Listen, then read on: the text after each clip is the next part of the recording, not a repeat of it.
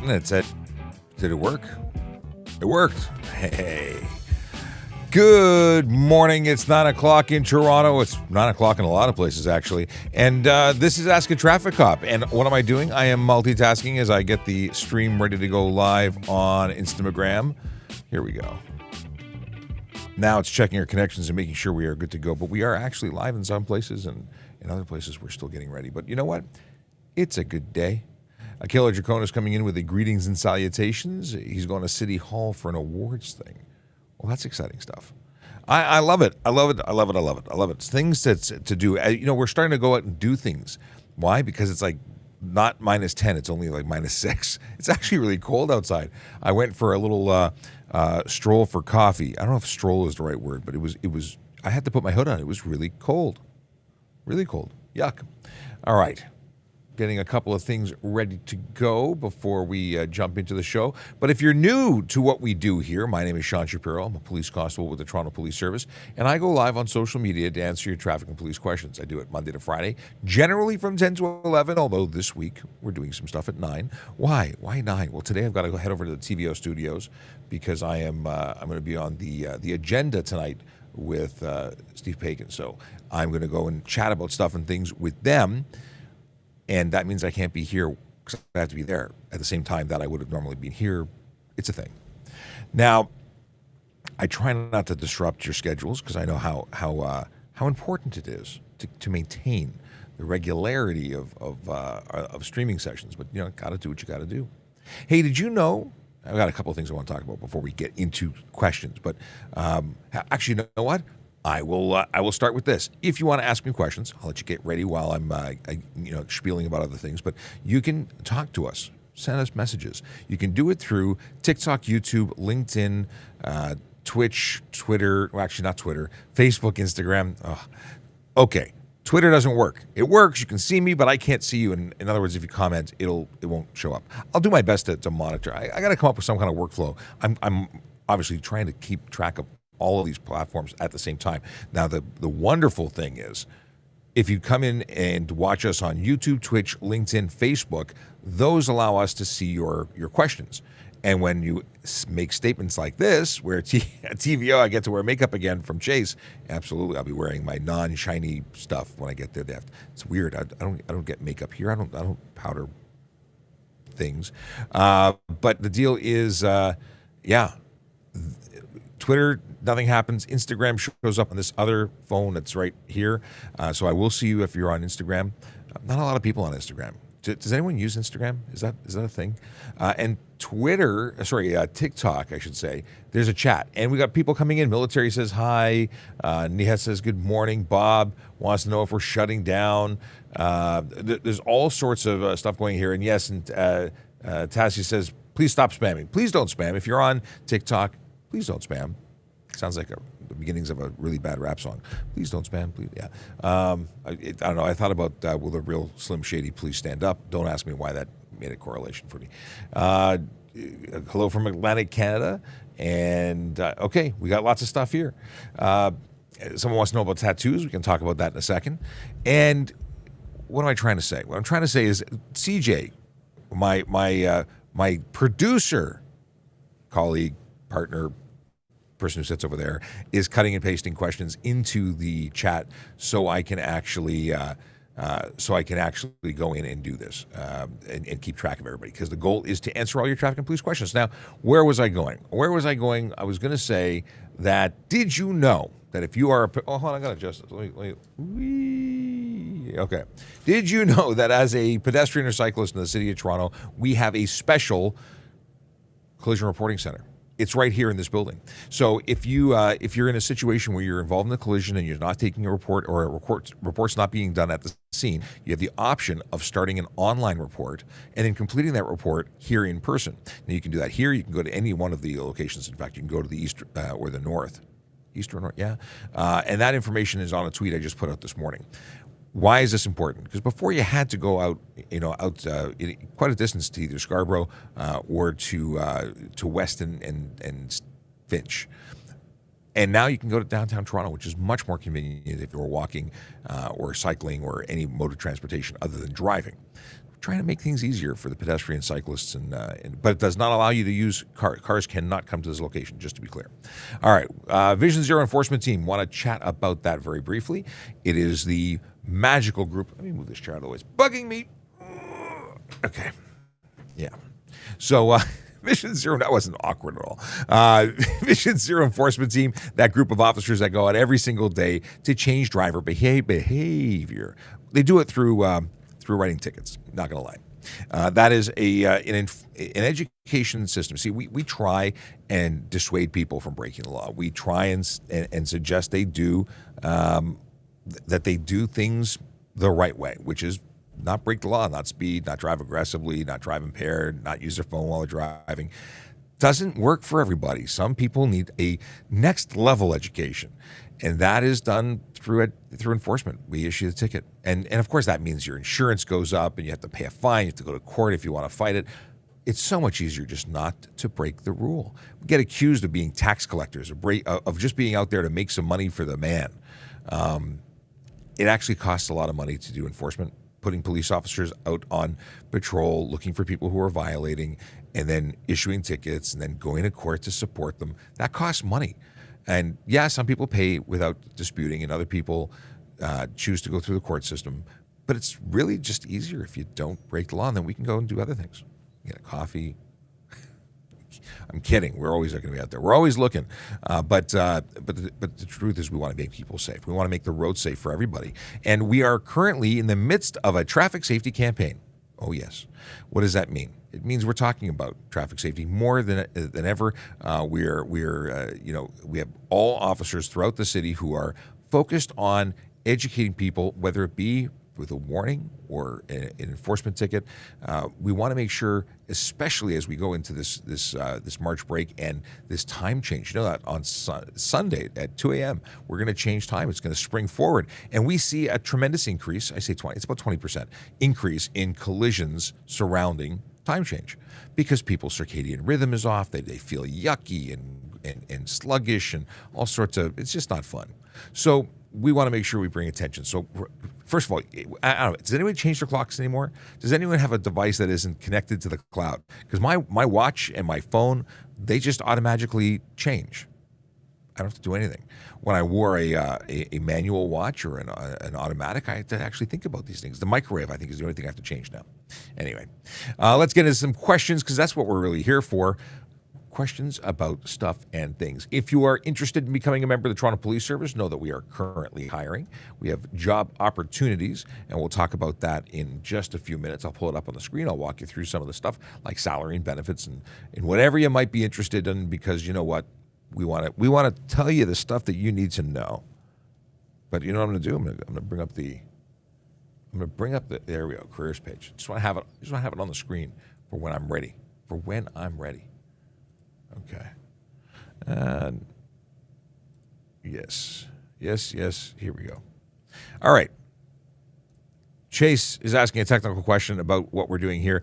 I have not tested Twitter recently to find out if it still doesn't come through, but I'm told it doesn't come through, and I believe them. And I never. It's like that. It's like the elephant and the string. We know that story. I have not checked, but you know what? I'm going to check right now because you said so. We'll go over to traffic services on the Twitter, and I'll go into the live, and there are people in the living, and I'll say hello. Hello. And I did not see it on my screen. If anybody else saw it, let me know. Okay. So we covered that. So I hear Hamilton Police is deleting TikTok. I have had no information about that. That's interesting news. And they may be wanting to get ahead of a curve if they think that messaging is coming down to force them to do that. Hopefully they'll reach out to me because we talk. The deal is that there are ways to use TikTok without using the app and being compliant in the event that there's a rule that is issued. So far, there's no rule governing municipal or provincial police services or government agencies that I'm aware of. So, okay. Instagram has the fourth most active user base of any social media platform. Chase says, in response to my question, does anybody still use it? Well, considering the number of people that we talk to on every platform other than Instagram, I will say that it is the least of what we use for our audience. It's the least used. So whomever is watching right now, know that you are special and the only one in the room right now. Instagram, we have one person watching, but two people watching.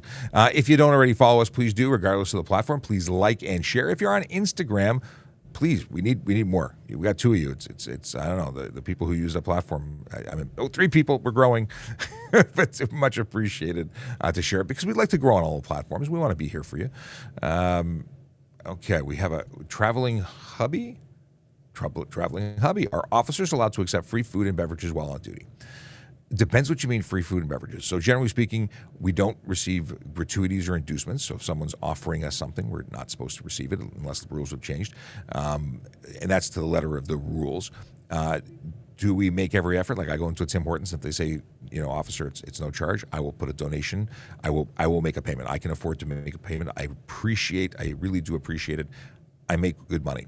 I don't need a free coffee, but I do like paying it forward. And if they insist, I don't want to get into a fight, I will either buy the coffee for the person behind me, or I will put it into the donation bin. Somehow I am paying for that because the rules, A, the rules, but B, it's just I don't need it. It's a very nice gesture. In terms of somebody walking up and giving me a coffee, will I accept it? Probably not, because I don't know what's in it. It could have extra bubbles, it's just an officer safety thing. I wouldn't accept food from somebody I don't know. And actually, you probably shouldn't accept food from people you don't know in general, regardless if you're wearing a police uniform or not. All right. Ooh. Okay, here's a question about stunt driving. If my friend was caught speeding 207 in an 80 zone, had his car impounded, how could he approach court date? You mean how should he go about getting a defense or getting legal counsel? Because that sounds like they were pretty guilty doing what they were doing, and there's no, they have a court date that is already set. They have to attend. They can ask for disclosure to find out what's involved. They can look at the guide that's available online. It's a free guide for, what is it? It's the Guide to POA Defendants, and that'll give them an idea of what they can do. They may want it's a serious charge. Stunt driving is serious. Stunt driving and possibly speeding in addition to that, unless they were charged criminally for dangerous driving, because that's in the realm. That's a potential. If they're convicted, aside from the 30-day driver's license suspension and the 14-day impound of the vehicle and all the fees related to that, they are looking at a 1 to 3 year driver's suspension after being found guilty. That's assuming that's their first conviction, because if it's their second, they're looking at a 2 to 10 year ban, and if it's their third, they're looking for a lifetime ban. They're looking at a $2,000 to $10,000 fine. It's serious, folks. It is. It is not okay. All right. If you have more questions, feel free to ask them, but we're going to move on. Someone wants to know about driving with a can of gasoline inside your car or vehicle. So there are some serious safety concerns with that. If that is not a sealed container, you could be gassing yourself, for lack of a better term. It's not a vented area. You're going to be breathing in those fluids. Not the fluid, but the gas. You could have some issues there. And it could make it dangerous for you to be operating the vehicle. Is it specifically illegal? I'd have to look it up, because I don't know. Chase says it should be notes. What? It should be notes that for stunt driving, they have to complete a driver training course before eligible. Oh, is that right? I heard about this, that there's a course. I didn't know that it was always. I think it's an option for the courts, but maybe it is now mandatory. So, cool. Good question.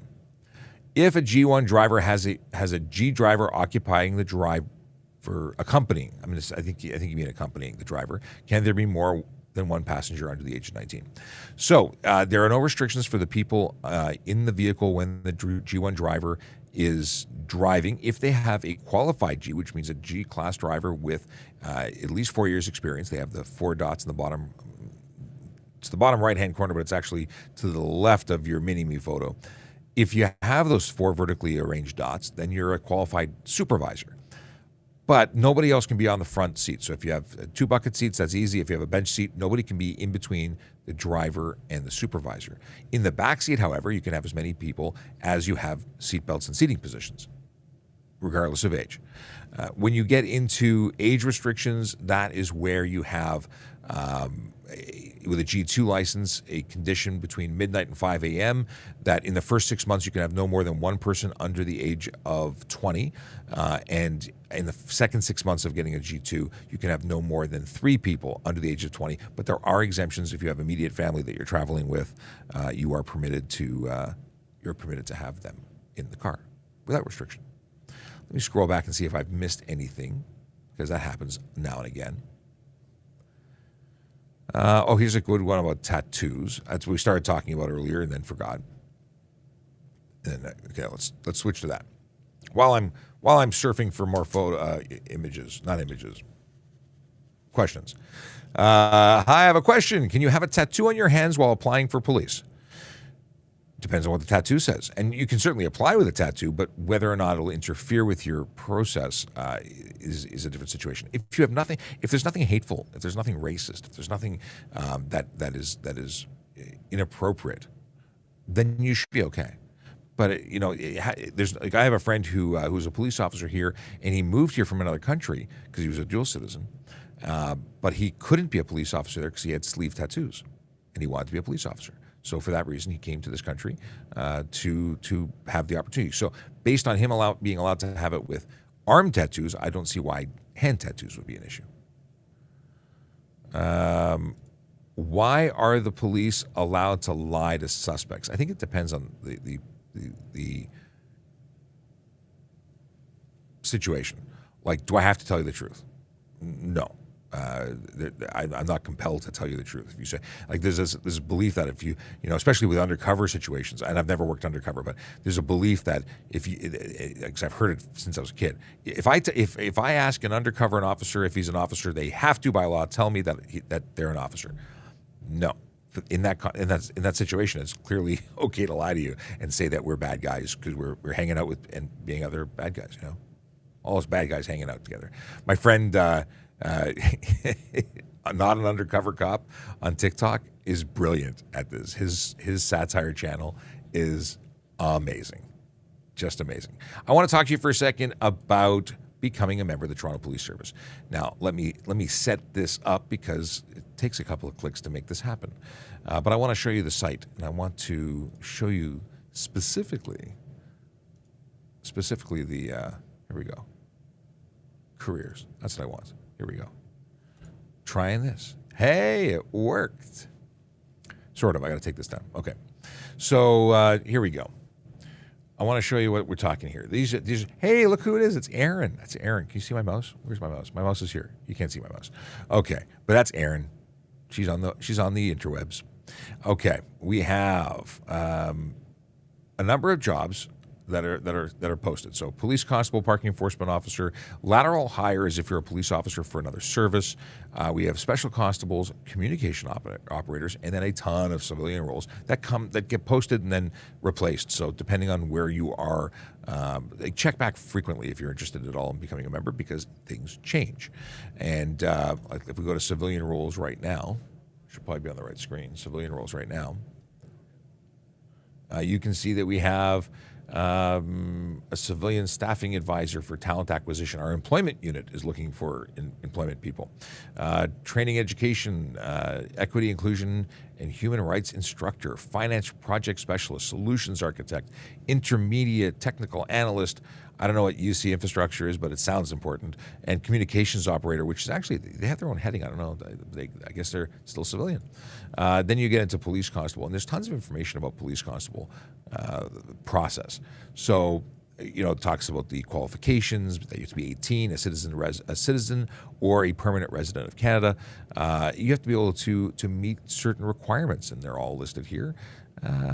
Talk about working shift schedules, because that's a thing. And then it gets into even somewhere down here, how much money, salary and benefits, compensation. So it's all here, everything, as well as your ability to get more information.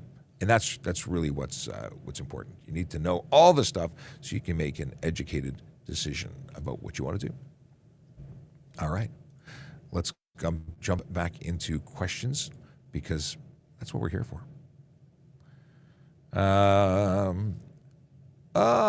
the thing you're never supposed to say that I say regularly. And is it Ganesh Barrett says, thank you for doing what you do. Thank you for the thank you. I appreciate it. I don't know if you're still there, but I don't know how to like it, but I wave. I waved back. Okay. So we have when two cars come to a four-way stop at the same time, who goes first? Well, here's a funny thing. Someone has to. And in Canada, we usually go, you go, you go, you go, you go. And nobody goes, and then somebody goes, and then they both go. And here's the situation. I would like to suggest that when you're in that situation, let the other car go. Now, technically, it's first to arrive, first to drive. I love that saying. It's just Scott Marshall said it in front of me, and I never stopped saying it. But first to arrive, first to drive. And if two people arrive at the same time, it's the person to the right. But if you're directly opposing one another, you're both to one's right.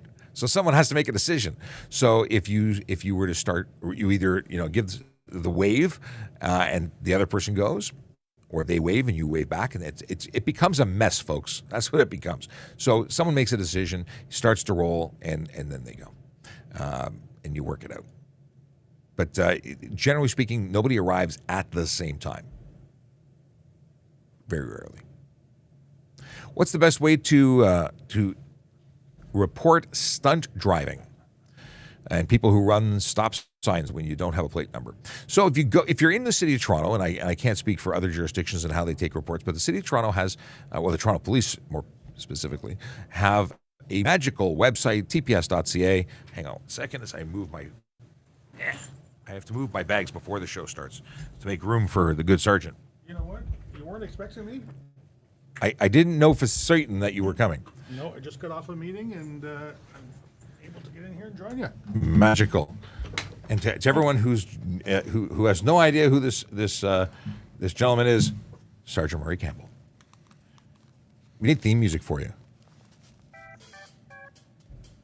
Yeah, you don't want to see me sing or dance. Okay, That's fine. never good. All right. So we were just discussing the best way to report stunt driving. I was suggesting that in the city of Toronto, www.tps.ca has a link to making reports. You can do all sorts of reports, immediate parking complaints, but you can also report driving complaints in the community. So if people are driving by and not stopping at a stop sign, even if you don't have plates, or you can make reports about a specific person. So that would be the way to do it. I don't know about other jurisdictions. Hopefully they have magical websites, but if they don't, then that's a different situation. Then I guess you'd call it in like everybody and make a report. I would imagine so for other services. Humblebee wants to know how to stop hating police. Why do you hate police? I don't know. We're just people helping people. But you know what? Maybe if you're doing something wrong and getting caught a lot. Getting caught, people being held accountable, that's our whole thing. So if we're holding you accountable for doing the wrong thing, then I can understand why you'd be peeved. But you can hang out here, listen to some dad jokes. Maybe you'll change your opinion, and maybe you won't. But I hope you do. What do we have here? Do you have to show your police your identification any time they ask? Well, if you're driving a motor vehicle, yes. Because we can stop you regardless of what you're doing behind the wheel of a motor vehicle. If you're driving lawfully, unlawfully, we can stop you and we can check to make sure that you are a licensed driver. So in that scenario, yes. And not just your identification. If you're the driver of the vehicle, you have to provide your driver's license, and it has to be valid. If you're a passenger and you're committing an offense in a motor vehicle, then yes, identification can be in many forms as long as it's believable by the officer. Yeah, it has to be. You have to satisfy us that you are who you say you are. So sometimes that's going to be name, date of birth, address, last address. We ask some skill testing questions to make sure that you are who you say you are. Because very often people lie to the police. I know it's hard. It's hard to believe. I know. Shocking, in fact. I've heard that, but mostly rumors. Yeah. I had a guy, and I've told the story before, but I'll tell it again. I had a guy that in the late at night in the division I used to work, and all the lights were off in their car. Pulled him over. He didn't know how to turn the lights on. Get to the point of driver's license. Oh, I forgot it at home. Gives me all his details, and I come back and I said, "Sir, the license that you provided is suspended." He goes, "My brother is suspended his license." Like it was an outburst. So he was giving me. He had never been licensed. His brother or twin brother had been suspended, and he was unaware. So things happen. Yeah, and maybe that's a clue as to why they didn't know how to operate the headlights, because they shouldn't have been operating in the first place. Well, the driver was drunk, and this was the stand-in who was less drunk. So there was some investigation that happened there, and maybe some arrests and stuff and things. Stuff and things. Stuff and things. What do we have here? Can I get a good luck so I can pass my G test? I think we can handle that. Absolutely. We have good luck. Good luck. We give You you, know what? all the good luck. Good luck. Good luck. We're giving you the good luck. No, that's awesome. And yeah, good for you for going and doing the whole testing process, because it's a lot of work. It is. Sometimes it's stressful. You know what? Be calm, be professional, go through it. You'll do just fine. And I'll give you the tips, the tips that I suggest, and they're not the tips you're expecting. I suggest, if it's today, hopefully you got good sleep, because we can't change it now. It's too late. But if you have time, maybe a 20-minute power nap. Maybe, just saying. Sleep is good. Go to the bathroom and get food and drink before, so that you are fed and watered and comfortable, and go to the bathroom, because you don't want to have to go to the bathroom during the test. That would be bad. Nerves do that to you. Yep. So with that said, know that you've been doing this for a while. If you're going for your G, you've had at least a year, it's at least 20 months minimum Of driving driving experience. Yeah. So And hopefully you made good use of that time, and you should be doing just fine. Now, 20 months is if you had your learner's permit, your driver instruction to accelerate your G1 to G2, and then your rock and roll. You had a year to do your G2. So yeah, good luck to you. I really hope you come back and let us know how you did, because we'd love to be able to play some music and congratulate you. So that's great. AJ, fingers crossed for you. What is this? What if you okay. What if you suspect a coworker of being intoxicated and driving to work every day, or driving every day? If you think someone is under the influence of alcohol and operating a motor vehicle, it's a criminal offense. And if they're behind the wheel of a car and you are concerned, call police. absolutely. This is one of those things where it is an actual emergency situation, because they may look pretty good at it, because they may be a professional at drinking and driving. And I say that, as a tongue-in-cheek statement, because there's no such thing. If you are driving under the influence of alcohol, it's a matter of time until you hurt yourself or somebody else. Yeah, and we don't ever want to see that happen. So if we don't know all your coworkers, we don't know your family, we don't know the people that are out there, that's why we have to investigate. If you give us that information, we will be more than happy to do that on your behalf. And if it turns out they're not, no harm, no foul. You don't get in trouble for making a legitimate concerned call to police for help. That's what we're here for. It's different if you're abusing it, if you're making things up, and that's a whole different situation. But there's a road to deal with people who use it as a weapon. This concept of swatting. People have done it for impaired driving reports. Not suggesting that's you. Just saying there's nothing to be afraid of. If you have a legitimate concern, we want to hear from you. What is this? What happens if you're at a red light intersection and an emergency vehicle comes up? Will be ticketed. The answer is that if you're at a red light and you're at the intersection, we're probably not going to turn our lights on until the light changes, at which point you can move out of the way safely. We're not going to tell someone to go into the intersection on a red light, because it's not legal. They're not. And it's not safe. And at the end of the day, we don't want to make any more collisions. We're going to an emergency. We don't want to create a new emergency. I don't have a cough button. We will probably be looking so far ahead if we were traveling through the intersection that, knowing that you have a red light, we can't get through there, we will probably be going into the oncoming lane where there's an easier flow of traffic, so that we can get through there. Yeah, the whole concept of counterflow or going into oncoming traffic, we have that ability. We have all the equipment. We're trained to do it. But if we're stuck behind you, we're probably just going to wait, because 30 seconds is going to be safer than trying to coordinate 20 people to get out of the way. Yeah, absolutely. We talked about But this. thank you for trying, though. I want to say, you know what? It shows that you're caring, you're understanding the need for us to get through there in an emergency situation, or fire, ambulance, and wanting to do everything you can to help. It is appreciated. Seamus, you are a good human. No, awesome. It is. The vast majority of people just want to help and be part of the solution, and we appreciate that. We really do. But it's important that we acknowledge that sometimes doing nothing is the best thing. Chase left a volley. Now, volley, that's the peace sign, that's that logo on the hand, which in some countries I heard this is actually not Yeah, it's nice. not. Yep. And I wonder if they know that. because I was watching a TikTok. I'm going to England soon, and they said, please don't ask for 2 beers when you go to the bar, because that's Yeah, I know that. apparently- Yeah. Yeah. So for those who know, you know. But I don't think that's what their intention is, because they're a good company. And that company has a software called Volley. And Volley app allows you to send me video, voice, or text. And that's exactly what Chase has done. If someone else was found at fault in a collision, could you still be charged in some way if you had an opportunity to prevent that collision? Like if someone runs a red light and you T-bone them, but you had plenty of opportunity to slam on the brakes, could you be charged? Yes. Yeah. We look at the whole collision, and we hold everyone responsible for their part to play in it. And then who is ultimately at fault will be, I think the insurance companies and the courts will determine that level. But if one person made an illegal turn or failed to yield or failed to turn or was going too fast and the other person did something else, we'll charge everybody for what they did. And then the courts and the insurance companies will fight it out. Right. So we charge for offenses. If one of those offenses actually caused the collision, then, you know, that's covered. But if you're committing multiple offenses and the other person is committing multiple offenses, you may get charged for both of them. The insurance company uses a balance of probabilities to say who's most at fault or contributing for that collision. So yeah. And that's where we don't have to really sort it all out there from the perspective of who's going to get we wouldn't exonerate one person over the other. Everybody gets held responsible for what they do. That's the big thing. It's even Steven. Okay, we've got a couple questions, but first, Big Jeff Fresh is late to the party, but says good morning. Good morning to you, my friend. Let's see. Our officers, we talked about this already when the answer was, we talked about accepting free coffee or food or drink on duty.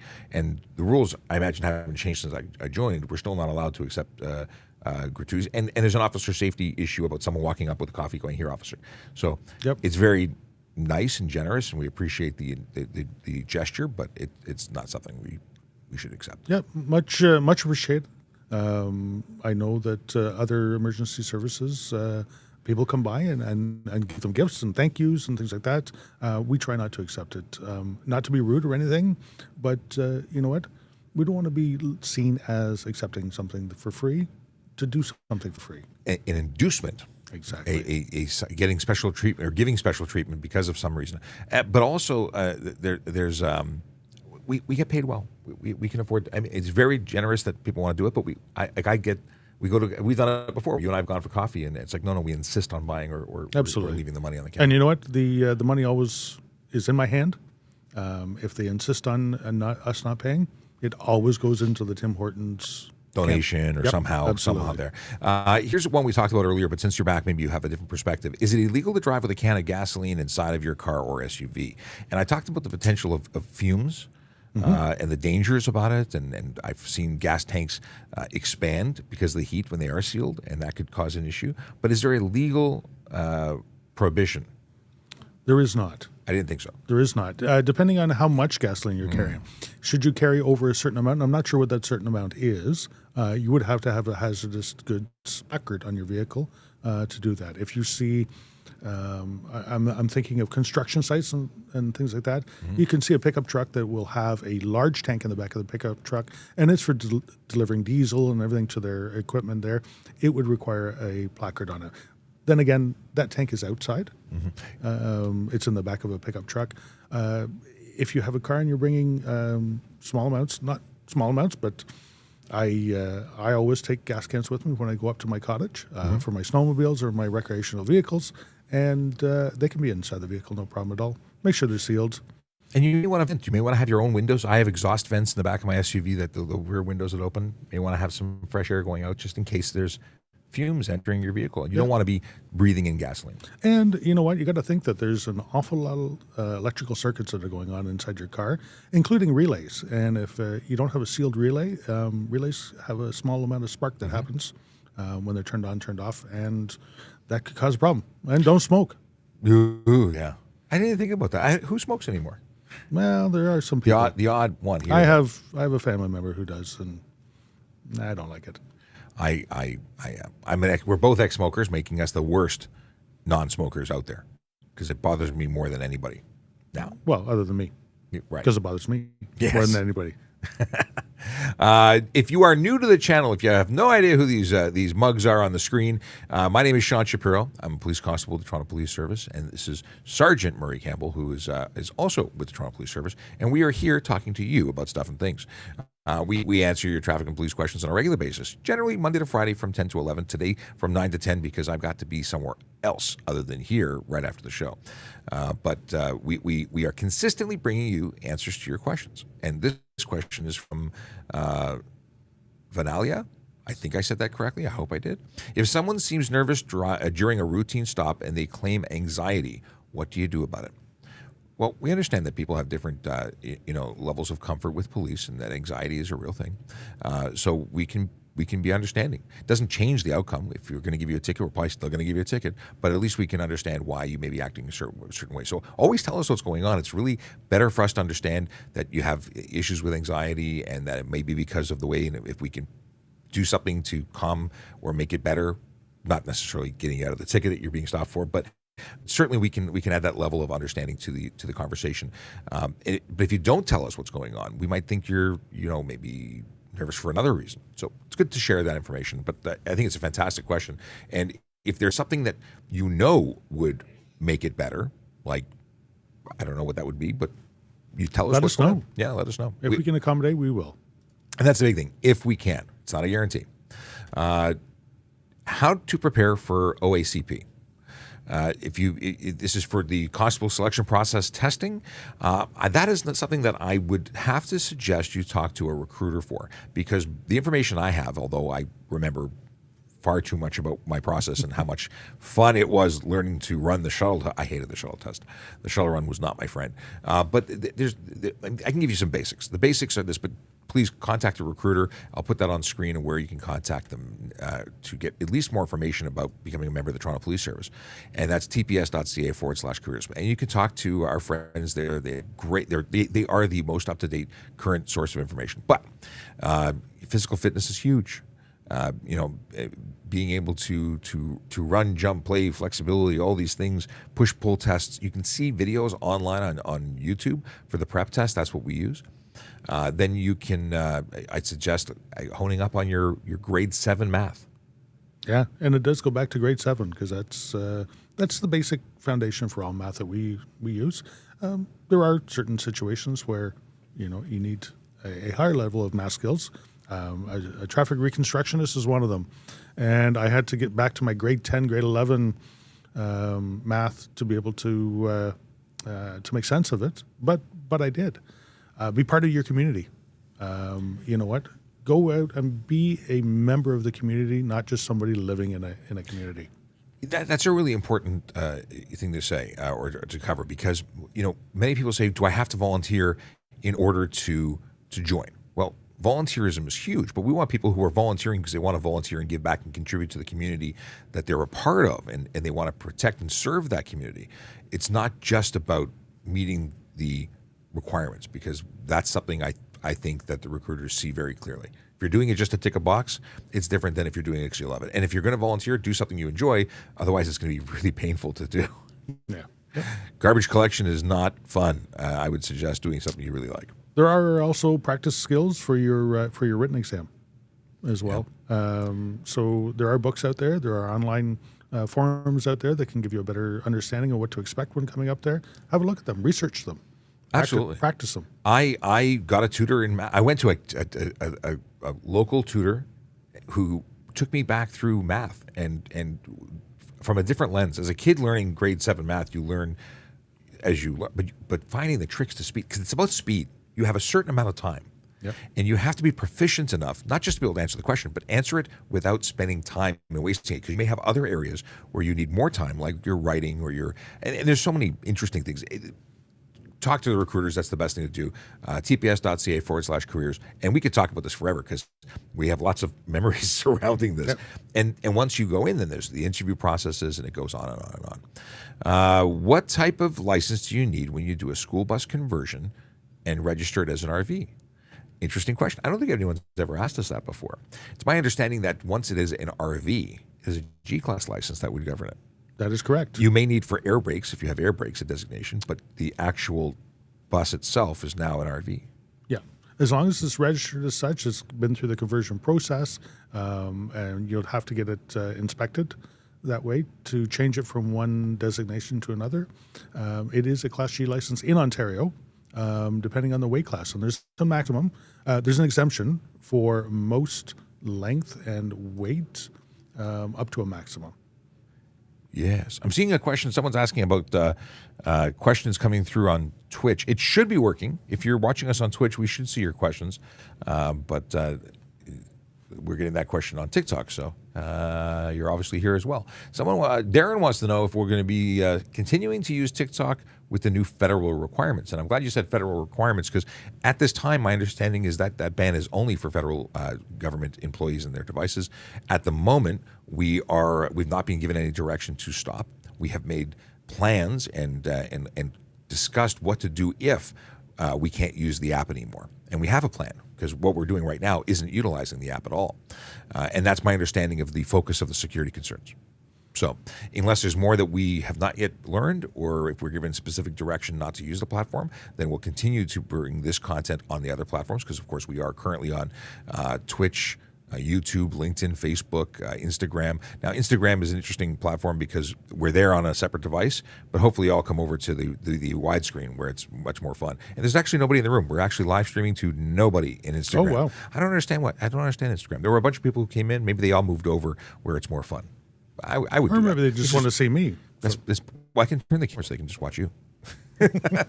And then so we'll continue to drive to bring you content. Of course, our largest audience is on TikTok, so we'll do our very best to continue bringing you content. But know that you can follow us everywhere else. And how would you find all of the other places? Go to trafficcop.ca. I've organized all of the links to all of the different platform accounts, as well as some really good, useful information. Let me show you some of that useful information, because we can do that.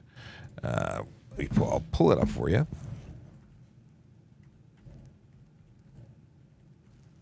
If I typed that I did. Look at that. I did. Actually, I should have done it somewhere else. Here we go. Screen sharing, the window. Here we go. Share. Take this away. I need like one button. So Look at you. fancy schmancy. Come over here. Okay. So here you can actually find the other social media platforms, our podcast, everything. I got to publish a couple of episodes in the can that I have to use. In the film can. Like they're filmed, they just need to be published. Traffic services links, so you can find the other one, our YouTube page. Here's great. I just found a spelling mistake. I just updated this morning, and apparently I left out the E in more. But you can find the General Toronto Police site, the traffic services page in particular, that link for making reports that we talked about earlier.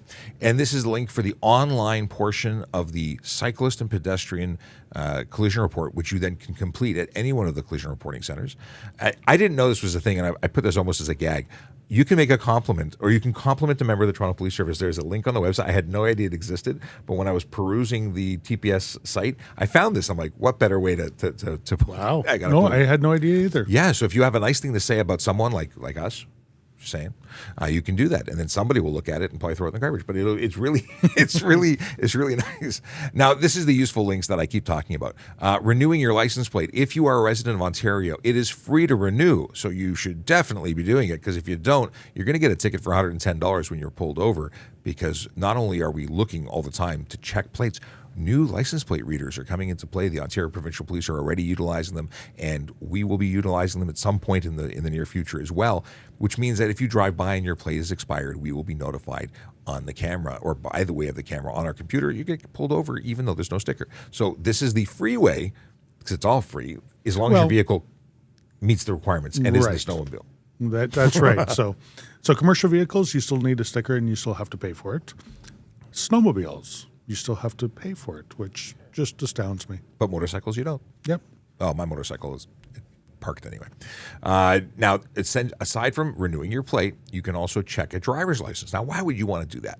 If you're going to loan your friend, your child, your uncle, your anybody a vehicle, they will show you likely, or they'll say, I'm licensed. Well, how do you know they're licensed? They could be suspended. And even if they have the card, doesn't mean that they're valid.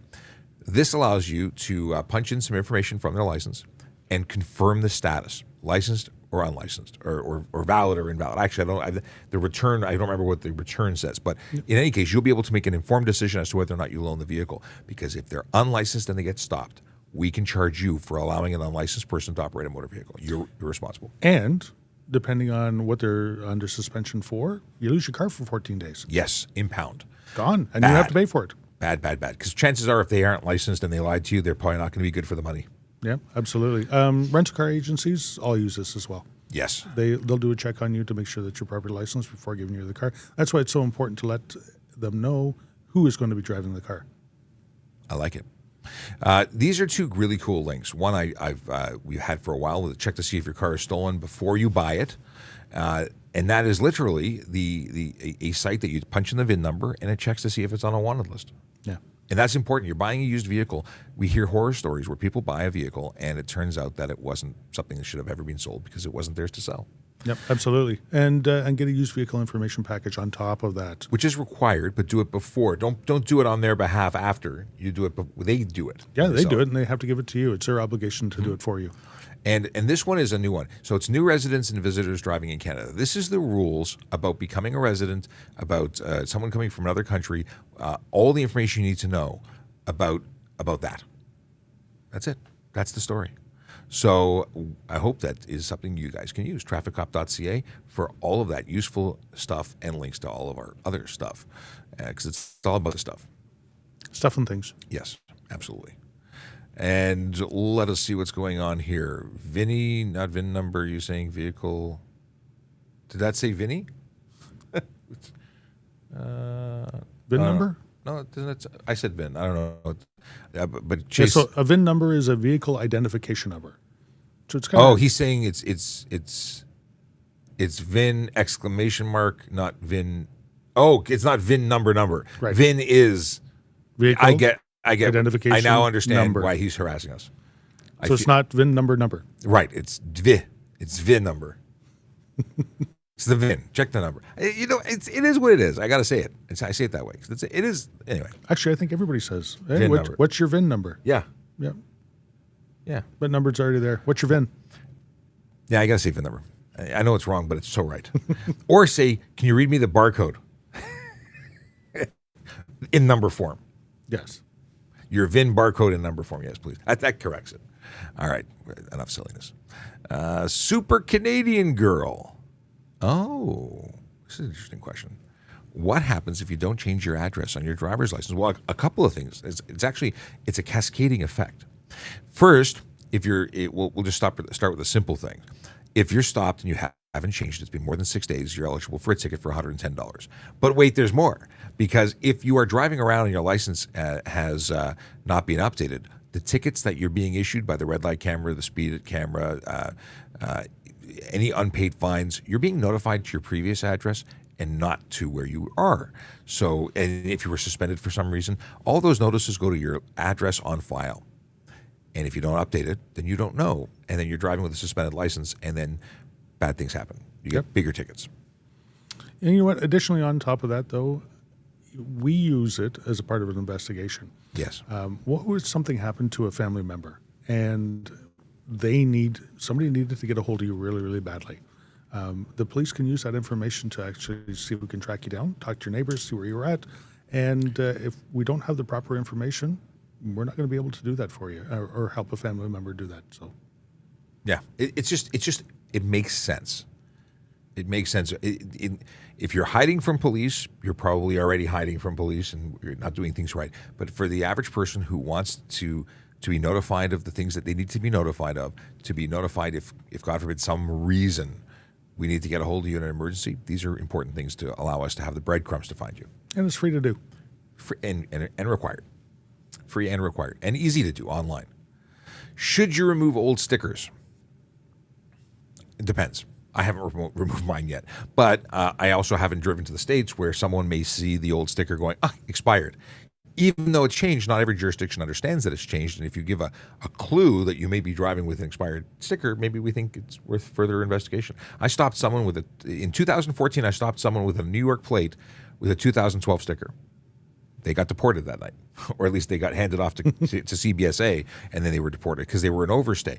But I would have never paid attention to that vehicle if there was no sticker on it, because frankly, I don't know if they always have stickers, sometimes have stickers. Yep. It's a different jurisdiction, but you gave me the tidbit, I investigated.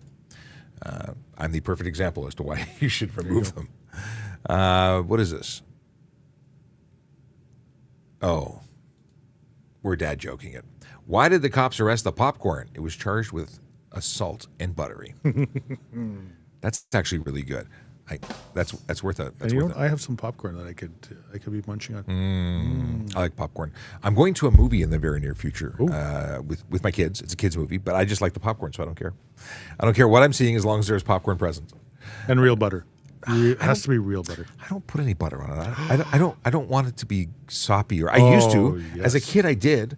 And it was layered and it was a big thing, but then your fingers is all messy. I think it's the mess that changed it. Because I know it tastes good, but I don't want messy. Oh, I'm okay with messy. I did learn an interesting trick, and for anyone watching, please let me know if this is you. When I was in Australia, my cousin said you need Reese's Pieces and popcorn together. You take some Reese's Pieces and popcorn together, and it's the most magical thing ever. You put a couple of Reese's Pieces in your mouth, a couple of pieces of popcorn, you chew it. They actually sell it now in combination. That's bizarre. It may be. It's an Aussie thing. Well, they eat Marmite and stuff like that. So Marmite. We got some questions. I guess the folks who are waiting for 10 o'clock and didn't get the memo about us starting early are popping in. But here's a great question, and it's been sitting here waiting for me to address it. Legal to drive no doors, no side mirrors on Jeep. So here's the deal. Yes, that vehicle is designed to have the doors removed. It is legal to drive with them. But you asked about the mirrors. Now, I had a Jeep and I had a relocation kit because I like mirrors. I like being able to see. For safety, it's the best thing.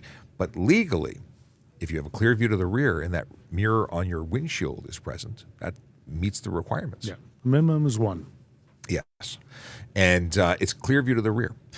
But I really would suggest looking into relocation things. If you look at the Broncos, they were actually brilliantly designed with that the mirrors are not attached to the doors. Yep.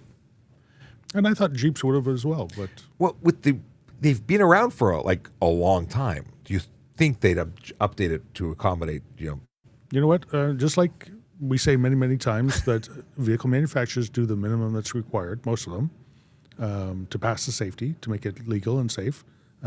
So would it be an extra cost to do that? Probably. Could some of them do it? Probably. But I miss my Jeep now. I'm not getting it again. It's too small. I've never had one, so. I always wanted a Jeep. My daughter wants one. How do I go about a cop giving me a fake ticket? How do I go about a cop? I don't know from what you speak. I don't know. I've never, we give out actual tickets. If you think you've been given a fictitious ticket by a fictitious officer, go to your local police division or department and speak to them. I don't know where you are, but if you're in Toronto, go to any police division and show it to them and they will get to the bottom of it. If it's fake, fortunately, you won't have to pay anything. But at least we want to know what's going on. If someone's impersonating a police officer, that's a bigger issue.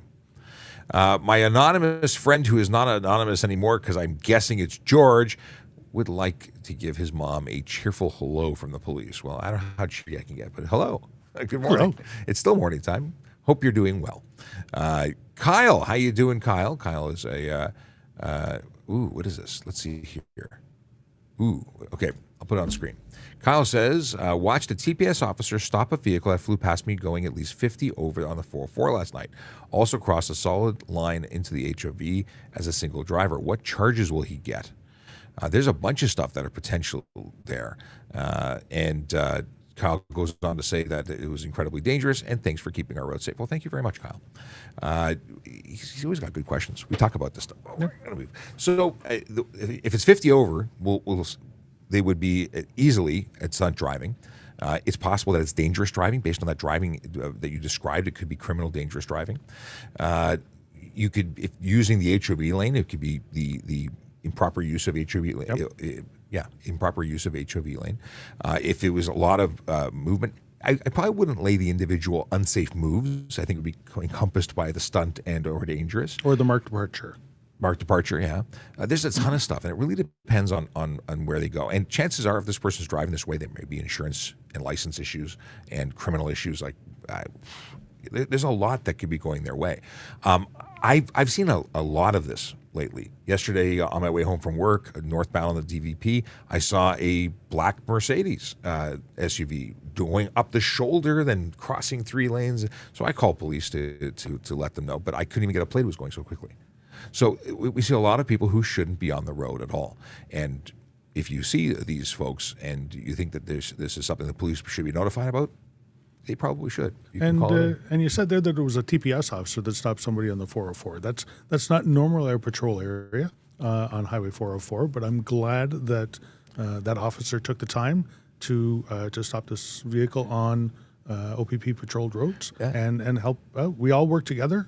So when we can help each other out, we do so. People helping people, and the big thing is that may have started as a following at a distance on and observing the speed on Toronto roads, and who knows how far it was, but definitely people are always surprised when police officers from Toronto respond to or pull somebody over on a highway that isn't Toronto highway, and the deal is we're all about safety regardless of where it is. And we have the authority to do it. You know how many times I've been told, hey, you're out of your jurisdiction. Oh, yeah. Oh, no, I'm not. I have the province of Ontario to play in. Granted, we don't just drive into weird places. We don't hang up. But if it's neighboring, we're very often there. Yep. Okay, we talked about that. If I have dash cam, where'd this go? Just reloaded. It disappeared. Disappeared. See, the update. Here we go. There it is. If I have dash cam video of a traffic violation, how do I send it to TPS? So I talked earlier about the fact that you can make a report online. Once you make that report online, there's no way to upload it, but if you upload it to a Dropbox or a YouTube and make it unlisted, you can send us a link and we can view it there. And that doesn't mean that we'll be able to necessarily lay charges based on that video, but we'll be able to attach it, build a file, get to know the person that you're reporting. Because there's a number of things that we need in order to lay a charge, which may or may not be present, but at very least we can see a pattern of behavior. You may not be the only person to make that report, and if we see 5, 6, two, I shouldn't say 5, 6, two, multiple reports, there's probably a lot of truth behind them. Yeah. And when we pull them over in real life, and the officer, I've never done this before, it's the first time, and we see there's a lot of reports about you. I don't think they're getting a warning at that point. Okay. Great question. Ella Train wants to know, after getting your G license, how long do you have to wait before you have alcohol in your system? So as a G, you must be over 21, which is deceiving because people think it's 21 and over and they violate the rules. You must be 22 minimum before you can have any alcohol in your system as a G-class driver. And I'm going to say it's probably best never to have alcohol in your system when you're operating a car. It's the most safest way to do it. Yeah, any alcohol, it could cause impairment. It does. It does. Impairment is impairment regardless of where you are. Different people handle it differently. Some people have one drink, are totally legal, and are slurring words because they're just not used to it. But you shouldn't have to get used to it. There's impairment present, and drugs combined with alcohol even more so. So it's not just about alcohol; it's all about marijuana because now that's legal. Can't have it in your system, and zero tolerance until you're 22. And even when you are older, I just don't drink and drive. I don't consume anything and drive. Nope. A lot of coffee and drive. Okay, we have only a few minutes left because I've got to get out of here and take a drive to visit our friends at TVO. But yeah, put that one on there. Which one? That one you're on right now. Nope. This one? Nope. Or this one? That one. Okay. I haven't read it. Is it illegal to drive with a small dog on your lap?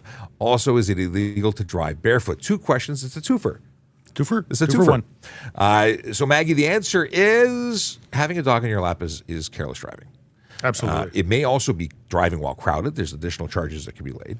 It's also absolutely deadly for your animal in the event of a collision. If a small dog goes squish, airbag deploy, 200 miles per hour, ejects it out. It's bad. It's a bad at the office. And you know what? You may have the most well-behaved dog, but it's a completely individual that has a mind of its own and can act in different ways depending on the different stimulus. So, no, absolutely not. Do not put something that would impair your ability to operate your vehicle to the best of your ability at any time. If you truly love your animal, put it in the back seat on a tether or in a crate. If the back seat's not an option, the front passenger seat, tether or crate, but outside of the area of your driving. They may not like it. They'll have to deal with it. It's funny. We put kids in the appropriate seats, but because we care about them. But our animals, we very often see them on laps, and it's just not safe. Yep. What about drive barefoot? Drive barefoot, not illegal. Nope. Not a good choice, given the option of foot, no foot, foot. No foot is a totally different situation. But driving without barefoot, you could hurt your toesies. And should you be in the unlikely event of getting into a collision and there's a lot of broken glass around and you have to exit your vehicle, how do you do that without any shoes on? Well, it's going to hurt a lot. Glass, fire, chemicals, all the things. I think it was Jason Bourne said, never wear shoes you can't run in. I think he said that. Well, if he didn't, he should have. There's a couple of good ones that came in, so I'm going to really quickly address them because even though I got to go, this is good stuff. Is listening to music at an overly loud volume against the law? Yeah, unnecessary noise is a charge under the HTA. It is separate from bylaws of up until a certain date and time, time at night. Because after 11 o'clock, most jurisdictions won't allow you to play loud music because it disrupts your neighbors. I think it's 11 o'clock. In any case, this is any time. You are not allowed to create unnecessary noise. And that used to cover the squealing of tires, which is now also covered by stunt driving. Akela just saying, stay safe. Remember, don't have a good day, have a great day. Because he says that. Oh, that's not his message. This is his message. Yeah. And my life was my life. My wife is my life, and she was incognito, said nothing all show, so I wouldn't know she was there, and I couldn't make anything, statements to embarrass her. But she says, stay safe, everyone. My real life wife. Okay, here, we'll do this one, and I think that'll do it. Oh, no, we'll do one more. Okay, Jonathan Costa wants to know if traffic on the QEW is going under the limit on the left and center lane, can you pass on the right lane at the limit? So passing is different than, it's a funny thing. If you are in the right lane and you happen to overtake because you're going at the speed limit and everybody else slows down, it's safe for you to do so. That's not against law. You don't have to go past people on the left and pass. But if you were to go from lane 1 and make a 3-lane change to go around them on the right, now we're talking about unsafe maneuvers. It's a different situation. If it's reasonable, if you're not doing anything that is dangerous, and overtaking on the right, that's not specifically illegal on a multi-lane highway. And overtaking on the right or passing on the right is specific. It's passing on right of roadway. Yes, and that's different. Which is completely different. There's actually not an offense for passing somebody on a multi-lane highway on the right. That's right. It's not courteous for somebody to hog the left lane. It's safer if people are going to be passing to do it in the left lane. Everybody knows what to expect when you're traveling in the left lane. You may be traveling at a higher distance or a greater speed, but it's not unlawful. I love it. Do cops give parking tickets, or is that only parking enforcement people like Aaron Urquhart? Hi, Aaron. Do cops give parking tickets? We can. We have the authority to. Generally speaking, it's done by the good people who do that full time. They're much better at it. They know all the rules. Yep. And although we have the authority, we specialize in what we specialize. So I used to do all the what's it called? Rush hour routes. Yep. So we used to do it, and I don't think that's as common these days. Well, there's not enough of us around, but absolutely, if we see something, we certainly can do it. By the way, cool name. You see the username? Cool name. It really is a cool name. Yeah. What is the legality of bringing a dog or cat on a motorcycle? I've seen a bunch of videos where people are driving with a dog or cat riding on the back. I don't think there's a specific law against it, unless it was in front of you, interfering with the way you're driving. So if they were in a backpack carrier, could be same as could as be on the same your lap. situation. Yep. Yeah, could be. But I've never read one that said, yeah, maybe. Cops are on TikTok. Can you ask questions that are not traffic questions? So Heather wants to know if you can ask us questions. We generally do talk about whatever you ask about, but sadly, you'll have to send us a DM because I went 4 minutes over and I got to go. But it has been my pleasure, as it always is, to come out here, hang out, and talk with you for an hour. It is something we do weekdays so that we can share the knowledge. It's Sean, I got one thing before we go. Okay. This is from my daughter. A police officer arrested a bottle of water because it was wanted in 3 different states: solid, liquid, and gas. I watched a turtle take a picture on its phone. It was a shelfie. Shelfie? Not bad. Not bad. I decided to sell my vacuum cleaner. It was just gathering dust. I think you read that one before. No, I think You previewed it. I previewed this to you. Okay. That was a good one, actually. I like the Gathering Dust one. I was reading a book about anti-gravity. It was impossible to put down. It's good. I like that. Is that All right. you're going to hold it? Okay. That's it. All right. So I'll play the traffic song to send you out, but it is, as per usual, awesome. We'll be back tomorrow. And we'll be back tomorrow earlier because we're going to be on with Jerry Agar on News Talk 1010. See you tomorrow. Yellow light, red light, green light, go. Driving safely helps the traffic flow. Watch for pedestrians, look out for bikes, and don't drive like a jerk that no one likes. Yellow light, red light, green light, go. Driving safely is the way to go. Put down your cell phone, nobody needs you to text and drive on the DVP. Yellow light, red light, green light, go. Stop at stop signs, look both ways, then go. Seatbelt, save your life indeed. And watch your driving, don't speed. Yellow light, red light, green light, go. Driving safely is the way to go. Don't drink and drive or smoke some weed, because you might go to jail and not get free. Yellow light, red light, green light, go. Driving safely helps the traffic